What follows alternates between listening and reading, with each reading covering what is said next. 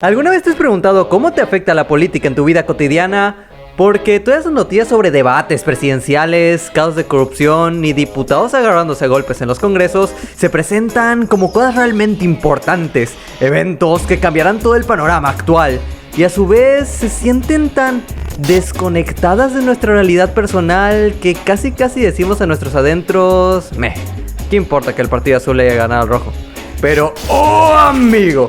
Esos señores de traje que ganaron las elecciones tienen más peso sobre ti que todos los traumas dejados por tu ex fanática de Hello Kitty. Y adivina qué, ellos no son los únicos actores en el juego de la política que se encargan de zarandear y poner a patas arriba tu vida. ¡Oh no! Ellos son solo la cara visible de una descomunal, desorbitante y titánica lucha de poder. Los participantes de este juego están ocultos a simple vista, esperando. Y adivina qué, mi pequeño amigo, tú tienes un papel central en toda esta locura.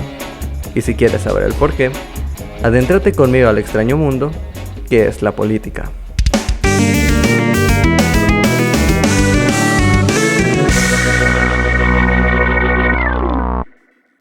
Antes de que pasemos al rol que juegas en todo este teatro lleno de burócratas, señores con bigotes chistosos, activistas y líderes tiranos, debemos entender cuanto menos una definición sobre qué es la política.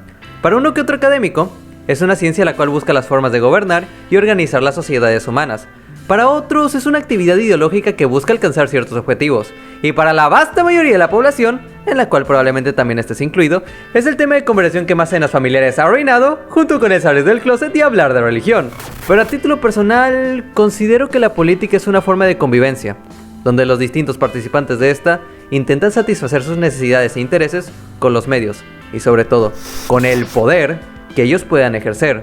Para visualizar mejor esto, imagina que estás acostado junto a tus hermanos en la misma cama. En ella solo hay una cobija. Por lo tanto, tienen que buscar la manera más óptima para que esa mantita les dé calorcito a todo. Pero esa noche está haciendo frío. Bastante frío. Por lo tanto, uno de tus hermanos jala la cobija de más para arroparse por completo.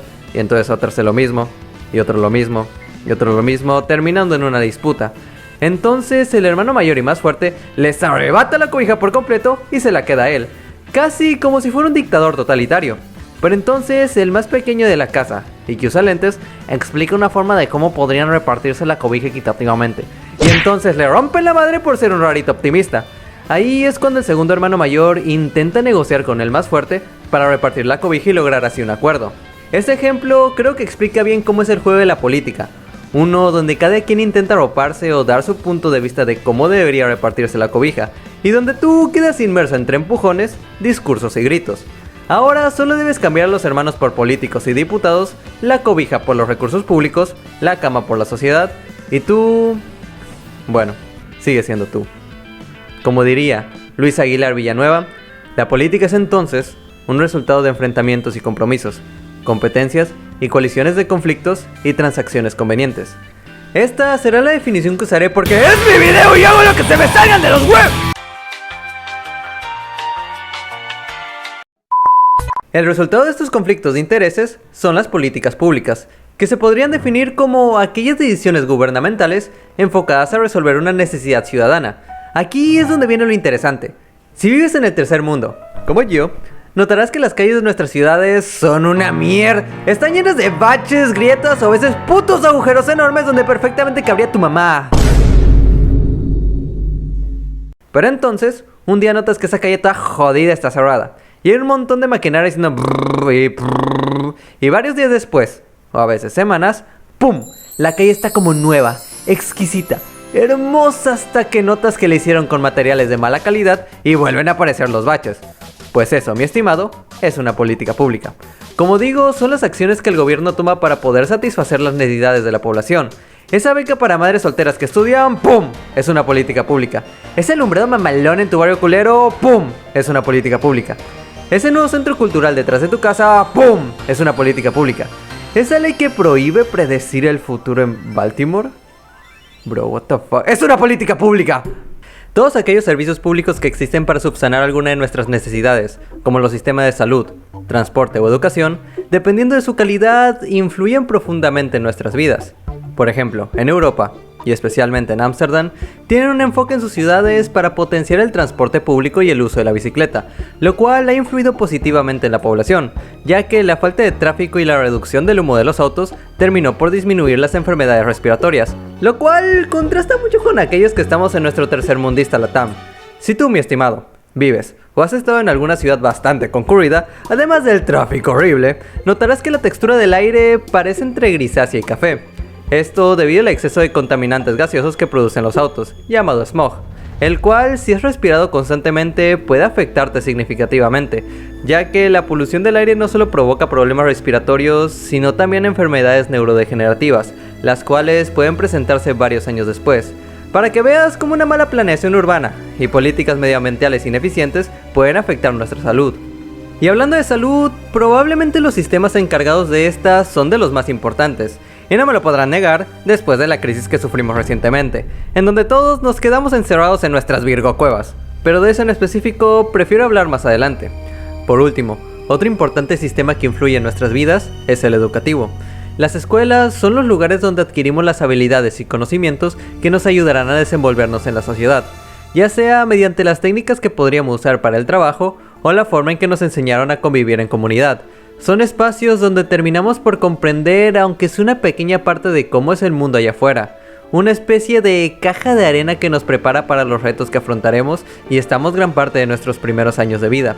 Aunque hay que entender algo, y es que principalmente las instituciones de educación públicas están atadas a los intereses de los gobernantes en turno, y ellos se reflejan en los planes de estudio, los cuales terminan moldeándonos dependiendo de lo que los mandatarios crean necesario para la sociedad, imponiendo qué se aprende y qué no, cuál conocimiento es útil y cuál no, así determinando si podrán potenciar aquellas capacidades que tienes o solo será un lastre para tu forma de aprender, volviendo esas cajas de arena en lugares donde fomentan los valores y comportamientos que exige la sociedad. Si esta es competitiva, individualista y solo vela por el éxito laboral, entonces las escuelas se volverán voraces y poco empáticas, como los institutos en los países asiáticos, donde la carga académica es tan grande que algunos alumnos prefieren deshacerse de estas de forma permanente, si es que sabes a lo que me refiero. En cambio, si un sistema fomenta un desarrollo más colaborativo, enfocado en lo comunitario y el valor en sí del conocimiento, no solo como un valor productivo, bueno, uno solo puede imaginar lo que podría salir de ello. Si bien no es una manipulación absoluta, los sistemas educativos nos terminan inclinando a perpetuar las formas de producción vigente y ¡ah, Chomsky está controlando mi mente! Con esto espero que haya quedado algo claro el qué es una política pública. Pero antes, creo que es importante recordarles la razón que tienen para existir, ya que eso nos ayudará a entender el verdadero poder que tenemos como ciudadanos en el proceso de creación de políticas. Ok, incluso en las sociedades más despóticas, los gobernantes tienen la obligación de una u otra forma de responder a las necesidades de sus súbditos. ¿Por qué, te preguntarás? Si los gobernantes tienen todo el poder, ¿por qué deberían hacerle caso a sus ciudadanos? Bueno, la respuesta es muy simple. Porque dependen de ellos. Verás, por más riquezas que tengan los poderosos, ellos no pueden, por ejemplo, sembrar comida, construir sus hermosos y deslumbrantes palacios o transportar los inmensos recursos necesarios para forjar las ciudades. Los gobernantes necesitan que los ciudadanos trabajen para el correcto funcionamiento de la sociedad. Y los ciudadanos, bueno, vamos a discutir si realmente necesitan a sus gobernantes para subsistir más adelante.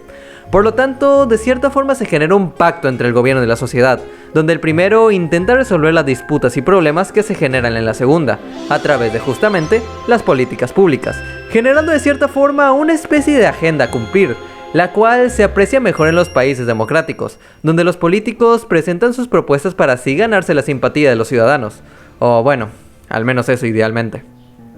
Y se preguntarán, mis queridos espectadores, ¡oh, sensual y hermoso, loco! ¿De dónde sacan los recursos los políticos para poder llevar adelante sus agendas? Bueno, mis niños, estos vienen de los impuestos. ¡Oh, sí! El enemigo principal en la vida adulta junto al inevitable paso del tiempo y las hemorroides. Todos pagamos impuestos, y esto no son más que una pequeña comisión que cobran los estados a distintas áreas productivas, para así sacar recursos que ayuden a la construcción de obras públicas. Por ejemplo, mis estimados, existe algo llamado IVA, que no es más que un impuesto al valor agregado de los productos. Acá en México el IVA equivale a un 16% del precio del producto. O sea, que si una mochila te cuesta 100 pesos mexicanos, con este impuesto te saldrían unos 116 pesos. Este no es el único tipo de impuesto que hay. Existen también impuestos sobre la renta, a los depósitos en efectivo, a los patrimonios, etc. Pero yo, mis estimados, no soy economista, así que mejor vayan al canal del Eric y ¡spamele que hago un video sobre los impuestos! ¡Ocupamos saber cómo sobrevivir al Sati! Oh, espera, ya tengo un video sobre eso. Ahora sí vayan a su canal y píquenle la cola para que haga más videos sobre los impuestos. La vida adulta está de la B y necesitamos comprenderla. Volviendo de mi ataque neurótico, lo que debe quedarnos claro es la manera en que los entes públicos financian sus operaciones, ya que al final del día nosotros como contribuyentes pagamos para impulsar las agendas de nuestros políticos y gobernantes, y a veces sus planes o ideas pueden salirse de control. Aquí tengo que ponerme serio, ya que la frase "por las decisiones de pocos, pagamos todos" se tiñe de un tono sombrío y escarlata. Las políticas públicas no son solo la pavimentación de calles o el reparto de becas, sino también son los planes gubernamentales para sacar adelante el país y las formas en que se afrontarán las crisis. 3 ejemplos históricos de México son la perfecta muestra de cómo la incompetencia, la corrupción y las malas ideas pueden tener un costo humano inconmensurable. En el gobierno de Salinas de Gortari se impulsó la liberalización de la economía y la privatización de casi todos los aspectos sociales, principalmente de los bancos, lo cual, si bien empezó un pequeño periodo de prosperidad debido a la inversión extranjera, al final solo era el caldo de cultivo perfecto para una de las peores crisis económicas de la historia de este país, que estalló en 1994 con el endeudamiento de la población general y el quiebre de los bancos. Se dice que la situación era tan precaria y desesperante que muchos ciudadanos terminaron por quitarse la vida al no poder pagar sus deudas. Y el gobierno, en vez de intentar rescatar a la población, terminó por rescatar a los bancos. El año ha comenzado mal y oscuro, el peso por los suelos. Los mexicanos lastimados han perdido el ánimo. Hay rabia, hay coraje por el sentimiento de haber sido engañados una vez más. La devaluación lo arrastra a todos. Otro caso donde el plan de unos condenó a todos fue en el periodo de Felipe Calderón, donde el presidente ordenó una batalla contra el crimen organizado que no hizo más que agitar el avispero, desencadenando en una ola de violencia que a más de uno de nosotros, por desgracia, ha sufrido. Ahora, viviendo con la constante inseguridad de ese lado de nuestra calle, no se desencadenará un enfrentamiento armado, si un familiar nuestro no caerá en las adicciones, o si nosotros no seremos tomados por la fuerza al caminar hasta altas horas de la noche. Y el escenario más reciente que tuvimos fue en la crisis del COVID-19. Ante una amenaza sin rostro ni características humanas, los mandatarios de nuestras naciones terminaron por minimizarla, al no poder darle forma como enemigo público, dejando que poco a poco ese microorganismo germinara en nuestros interiores, sacudiéndose y esparciendo su virulencia por allá donde fuéramos. Porque si se detenía la producción, el capital, el dios de este mundo, dejaría de fluir, poniendo en jaque a todos aquellos que se aprovechan de la explotación.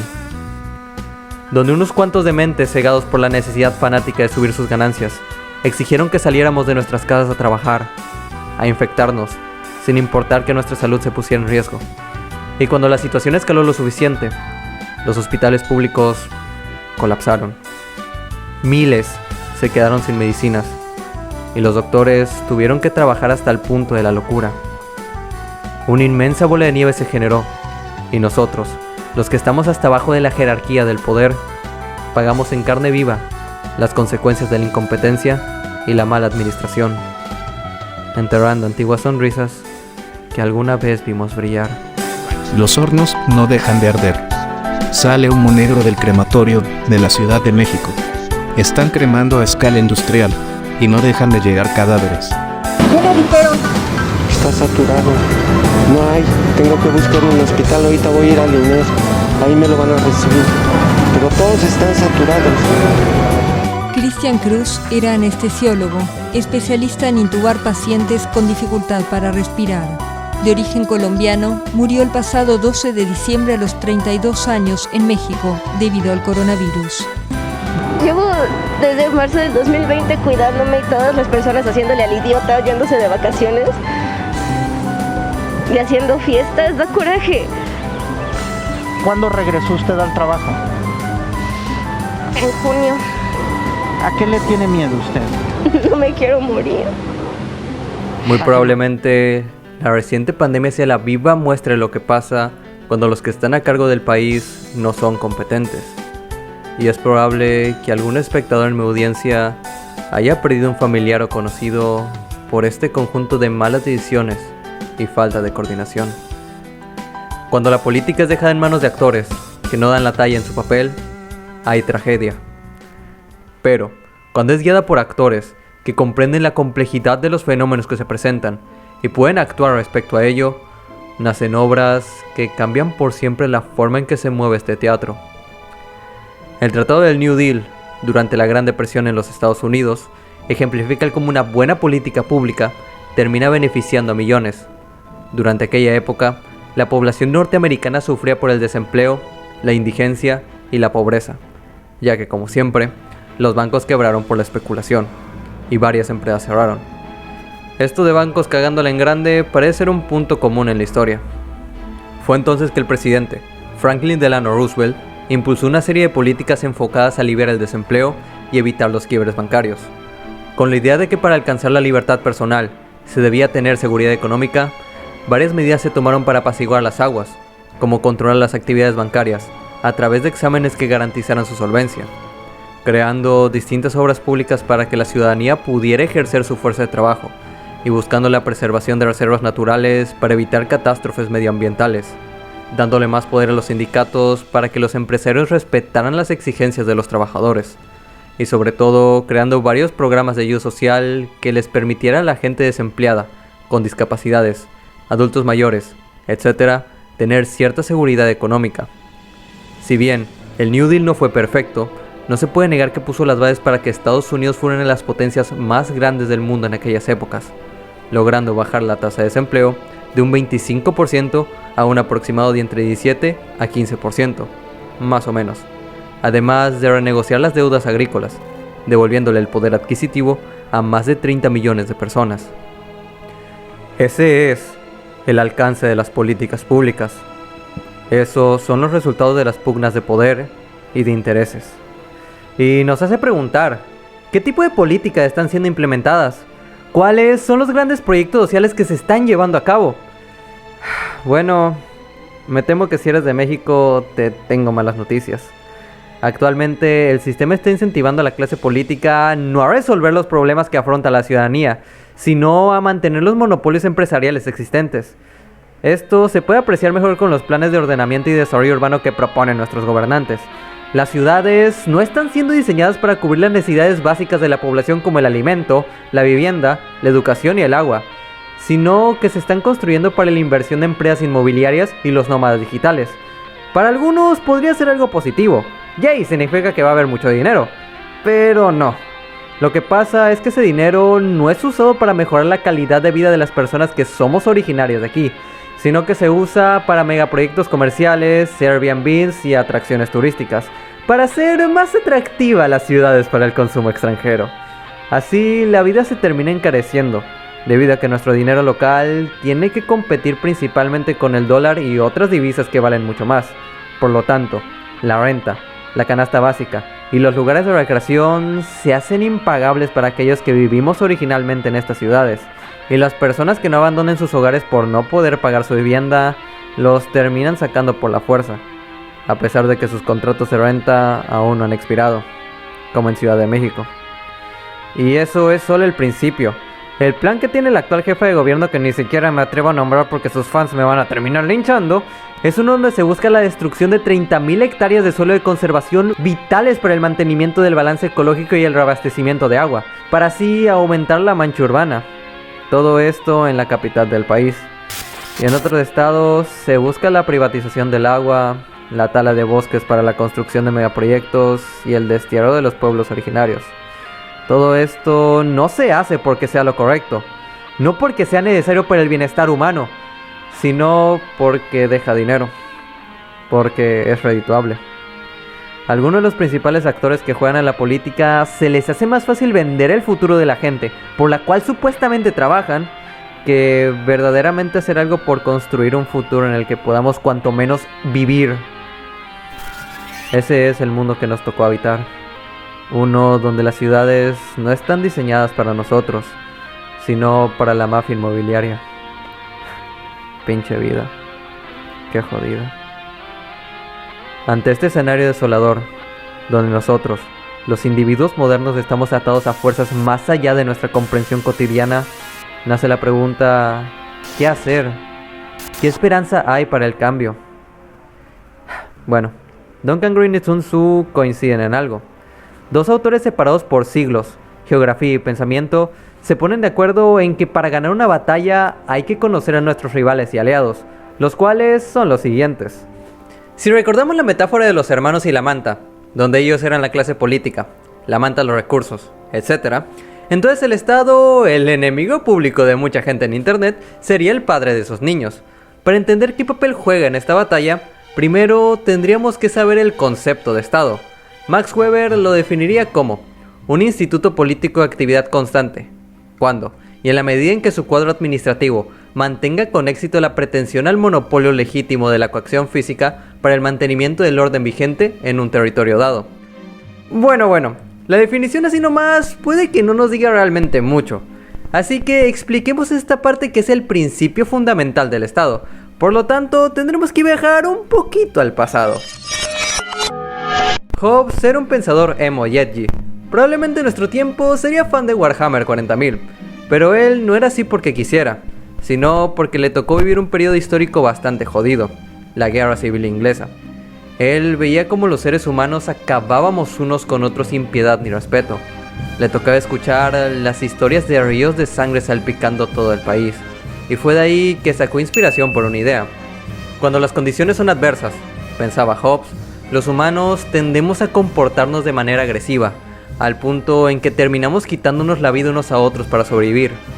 Entonces, decía él, que para evitar esto tenía que existir una autoridad máxima a la cual le cedamos nuestro derecho a quitar la vida, que esta autoridad tuviera el monopolio de la violencia para así preservar la paz, crear un leviatán, un Estado.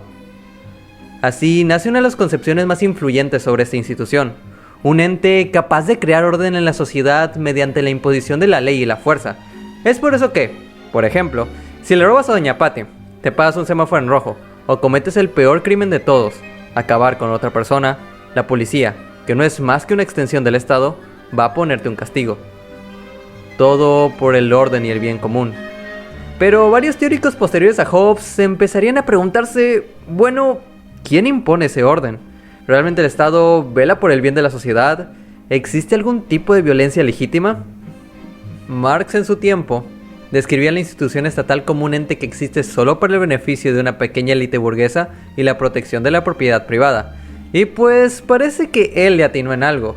Aquí en México a la fuerza policíaca le importa más proteger los monumentos y negocios privados antes que la vida de las mujeres. Me van a tachar de progre. Y si nos vamos a extremos como el anarquismo, incluso cuestionan el por qué deberíamos mantener estrictas jerarquías sociales y darle tanto poder a una sola entidad.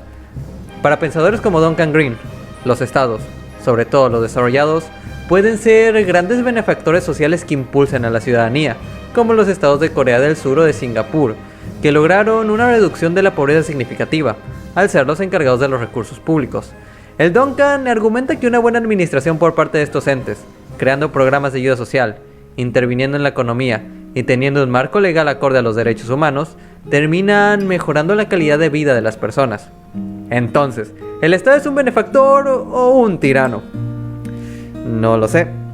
Preferiría discutirlo con alguien que sepa más del tema y poder informarme de eso adecuadamente. Pero aún así, a pesar de que la globalización le ha quitado bastante poder y fuerza a la institución estatal, sigue siendo un actor importante en el juego de la política. Y justo, aquellos que luchan por hacerse con el control de este importante ente son los partidos políticos. Hay que entender que el Estado no se maneja por sí solo, sino que, por lo menos en los países democráticos, los partidos que resulten victoriosos en las elecciones son los que pondrán en marcha el aparato estatal para impulsar sus agendas. Una cosa que debe quedar en claro es que los partidos políticos no representan a toda la población. Por más que se quieran vender como la voz del pueblo, solo representan una fracción de la ciudadanía, lo cual no es malo en sí, ya que si existe una gran cantidad de partidos que den voz a la gran heterogeneidad de la población, entonces se tendría un gobierno que verdaderamente luche por la diversidad de intereses que existen. Al final del día, los partidos son los intermediarios entre los recursos del Estado, los gobernantes y las necesidades de la sociedad. Lamentablemente, estos cargan consigo un pesado estigma, ya que por los constantes casos de corrupción que suceden dentro de estos, terminan manchando su reputación. Si no, pregúntale a tu papá qué opina sobre los partidos políticos y prepárate para una explicación re larga que se podría resumir en... Oigan, dejen de lucrar con la gente. Úsenle la concha en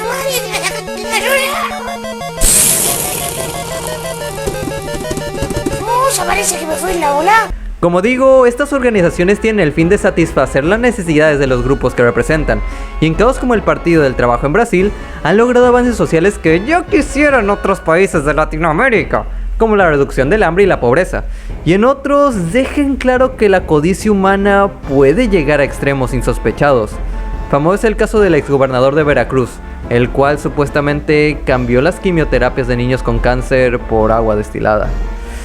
Sea como sea, no hay que olvidar que las acciones de las personas con puestos públicos nos afectan, ya sea porque pueden tomar medidas para aliviar las consecuencias de, por ejemplo, la inflación, o porque podrían apoyar a empleados a reducir la seguridad laboral de sus empleados para ahorrarse los gastos que eso conlleva. Rastrear los intereses que mueven a la clase política puede ayudarnos a vislumbrar el cómo usarán a los siguientes actores importantes: las instituciones. Estas son estructuras sociales que se encargan de mantener el orden en el cuerpo ciudadano mediante la imposición de reglas de conducta y la administración de los servicios públicos. Un ejemplo de esto sería la Secretaría de Educación Pública en México, que se encarga de crear los planes y programas de estudio que se aplicarán a nivel nacional, además de analizar las necesidades socioeducativas del país. Por lo tanto, si la SEP descubre que muchos adolescentes no van a la escuela por falta de recursos, intentará, junto a la ayuda de otras instituciones y del Estado, crear programas para así incentivar a la población joven a meterse a las escuelas. Y si eres mexicano, es bastante probable que hayas recibido un dinerito del viejito de cabecita de plata que obvio no quiere comprar tu voto. Y si fue así, comenta abajo si te lo gastaste verdaderamente en temas académicos como útiles, libros o la colegiatura, o te lo patinaste todo en pendejadas. Spoiler, como soy nerd fui de los primeros. Justo el aspecto fundamental de las instituciones son que incentivan ciertas tendencias sociales mediante restricciones o recompensas. En un hipotético caso que obvio nunca pasaría en este mundo donde se respeta al proletariado, si una empresa está siendo abusiva con sus trabajadores, recortando su salario, obligándolos a cumplir horas extra y teniendo un nulo interés por la seguridad laboral, una institución que se encargue de la protección al trabajador podría poner sanciones económicas a la empresa para que deje de explotar a sus empleados. Pero algo que ha estado pasando con respecto a las instituciones, y que Fisher retrata bien en su libro, Realismo Capitalista, es que la gran parte de las masas humanas han perdido la confianza en estas. Ya no creemos que verdaderamente existan para procurar el bienestar de la sociedad, porque una y otra vez las instituciones han fracasado en cumplir su rol. En 2021 se dictaron apenas 28 condenas por 70,000 casos de desaparición forzada en México. La policía en diversos países o son símbolos de violencia extrema o corrupción.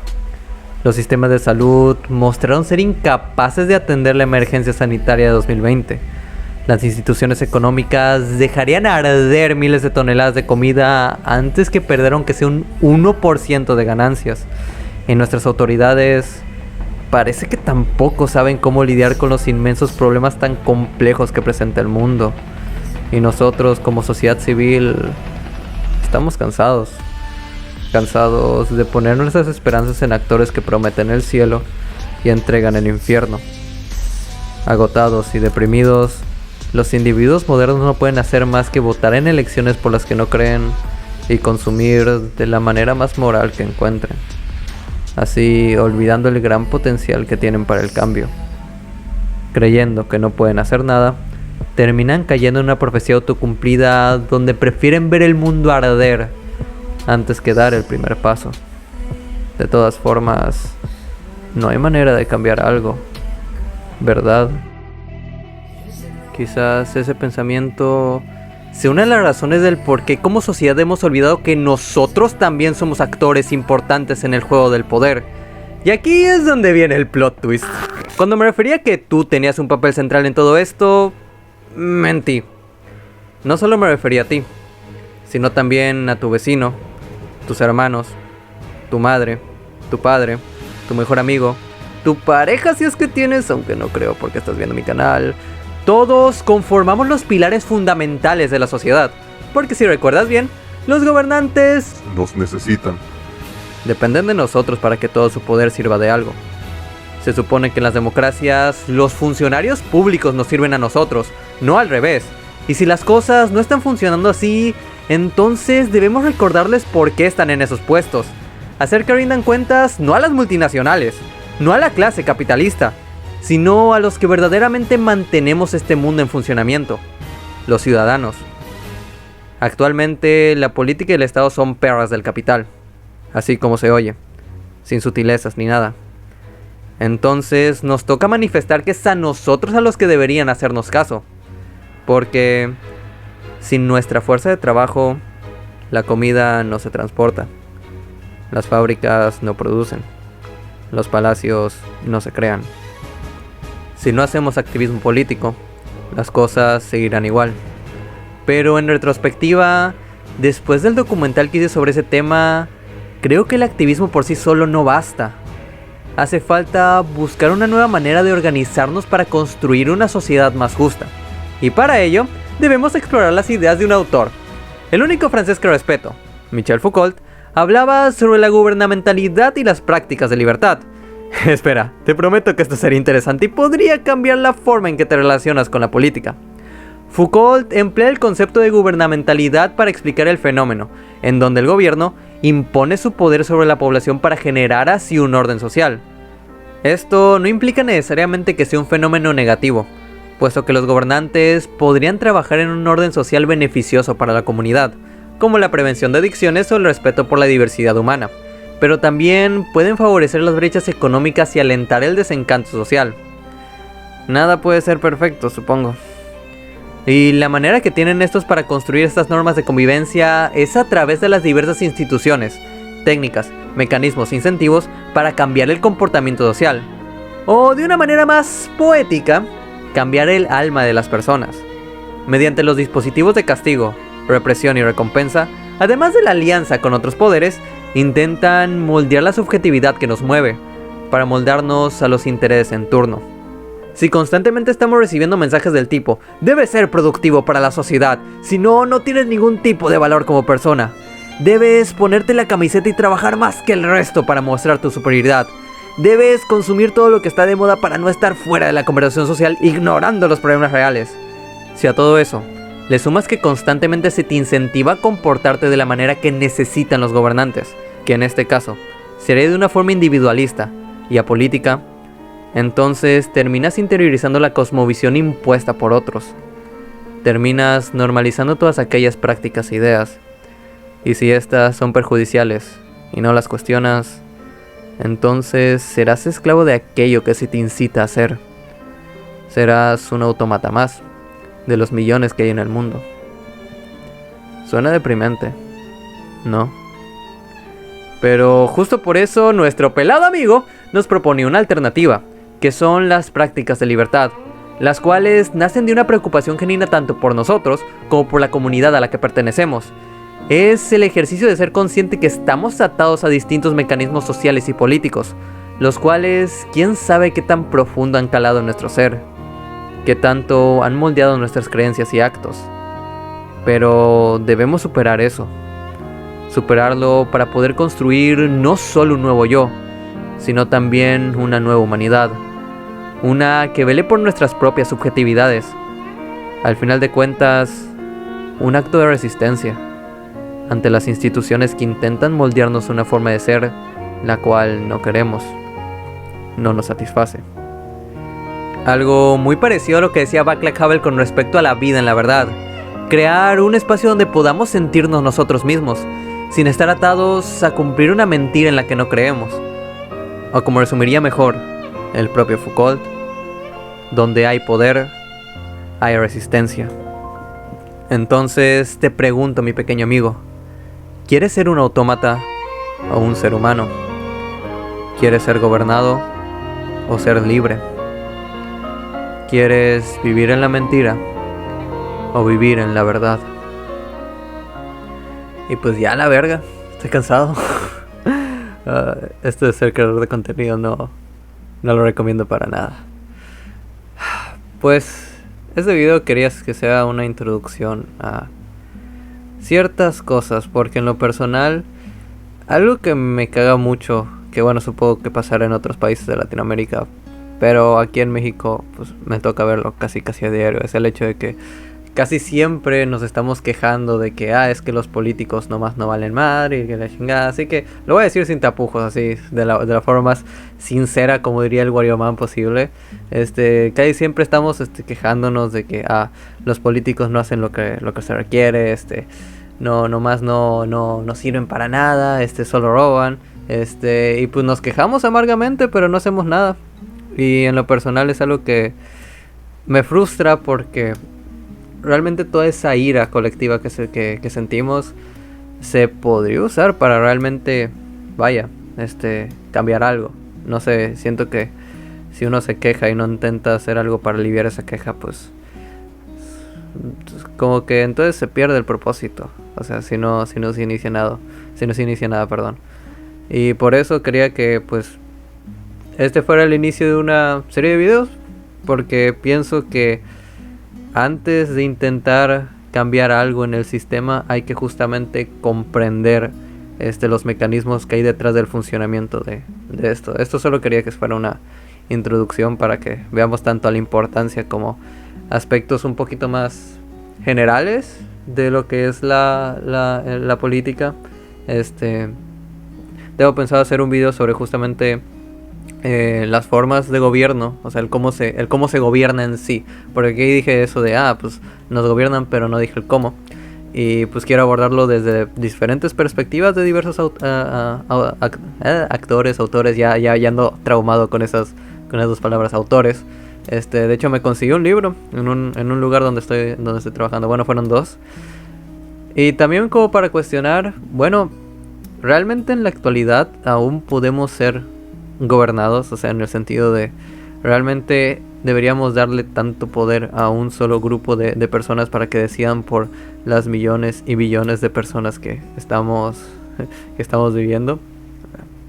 No lo sé, o sea, no sé si era Bifo Berardi el que decía que creo que se debería poner en duda esto de si en la actualidad pues, se puede gobernar a esta multiplicidad que significa actualmente la humanidad. También explorar un poco sobre cómo justamente los políticos, pues ahí sí, porque entendemos que los políticos nos manipulan, pero no el cómo.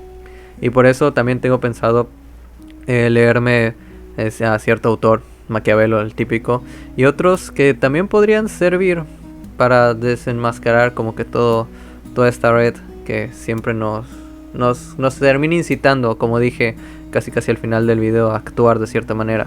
Cómo usan las palabras, el lenguaje para justamente, yo diría que es un poco un ejercicio de seducción. Y tal vez ya al final de todo esto, ir justamente a la raíz de todo esto, de todo maraña, no sé si llamarlo por problema, pero le llamaré fenómeno, porque así me dicen en la universidad, de todo este fenómeno que significa la política, porque al final en las entrañas de todo eso está el poder. El poder es lo único que parece que hay realmente en la política. Y por eso creo que esa última dicotomía que hice entre si ser gobernado o ser libre, si vivir en la mentira o en la verdad, les voy a hacer spoiler, no es tan así. No es tanto una decisión de blanco y negro. Pero solo quería que el video sonara chido. Así que pues nada, solo no me queda nada más que agradecer a Gato Surfer, que me ayudó a revisar el guión. Aunque bueno, esta última parte ya no me dio tiempo para que dijera, pues, cometiste tal falta ortográfica en el minuto no sé qué o cosas así. Así que le agradezco mucho, la verdad, porque realmente me ha ayudado mucho a mantener como que cierta calidad en el canal.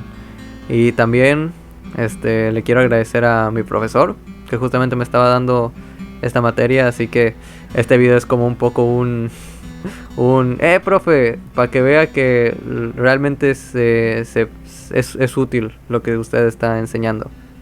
Póngame 10. No es cierto, falta que esto ni siquiera lo alcance a entregar, pero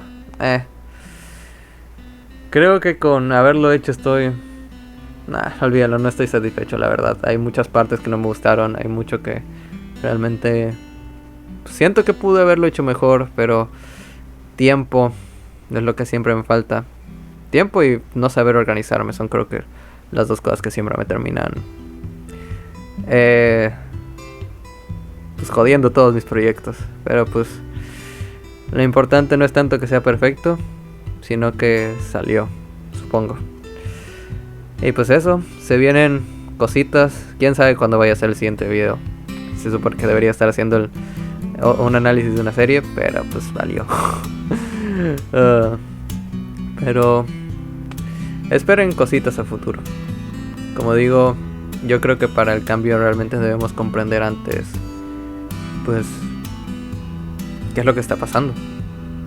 Aunque sea complicado, aunque sea difuso, creo que algo debe quedarnos claro si queremos realmente una nueva sociedad, porque estoy harto de esta perspectiva de que no hay futuro, de que no hay alternativa. Y no sé, curiosamente encontré un libro que es literalmente la respuesta a uno de los mejores libros que he leído, que es Realismo Capitalista, de Mark Fisher, que justamente propone que aún hay una posibilidad de un mundo distinto, pero para eso hay que comprender cómo funciona el sistema, para, como diría Duncan Green, bailar con él. Así que se vienen cositas, gente. Yo por mientras me despido. Soy loco. Y recuerda, rompe tu Matrix.